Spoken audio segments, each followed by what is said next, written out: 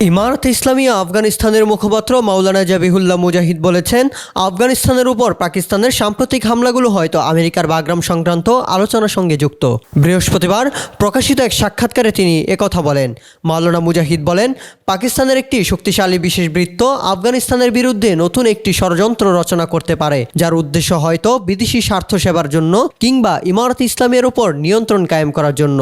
তিনি বলেন, পাকিস্তান সেনাবাহিনীর একটি শক্তিশালী বৃত্ত মনে করতে পারে আফগানিস্তানকে তাদের ইচ্ছা ও নীতি অনুসরণ করতে হবে।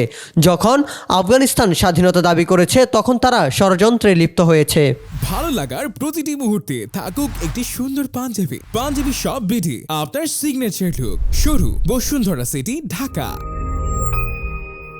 মুজাহিদ জোর দিয়ে বলেন, তাদের স্বপ্ন বিভ্রান্তিকর। তারা কখনো বিদেশি শক্তির সেবায় সফল হবে না এবং ইমারতে ইসলামিয়ার স্বাধীন ব্যবস্থার উপর আধিপত্য স্থাপন করতে পারবে না। টিটিভি প্রসঙ্গে আফগান মুখপাত্র বলেন, এটি পাকিস্তানের একটি অভ্যন্তরীণ সমস্যা যা দেশের কিছু নির্দিষ্ট এলাকা নিয়ন্ত্রণ করে। তিনি জোর দিয়ে বলেন, ইমারতে ইসলামিয়া আফগান ভূমিকে অন্য দেশের নিরাপত্তার বিরুদ্ধে ব্যবহার করতে দেয় না। শরণার্থী প্রসঙ্গে মাওলানা মুজাহিদ বলেন, অনেক পশতু পাকিস্তানি সামরিক অভিযান থেকে বাঁচতে আফগানিস্তানে আশ্রয় নিয়েছে। ইমারতে ইসলামিয়া তাদের ডুরান্ট লাইনের কাছাকাছি এলাকা থেকে নিরাপদ অন্য অঞ্চলে পুনর্বাসন করেছে এবং এদের কেউ সশস্ত্র নয়।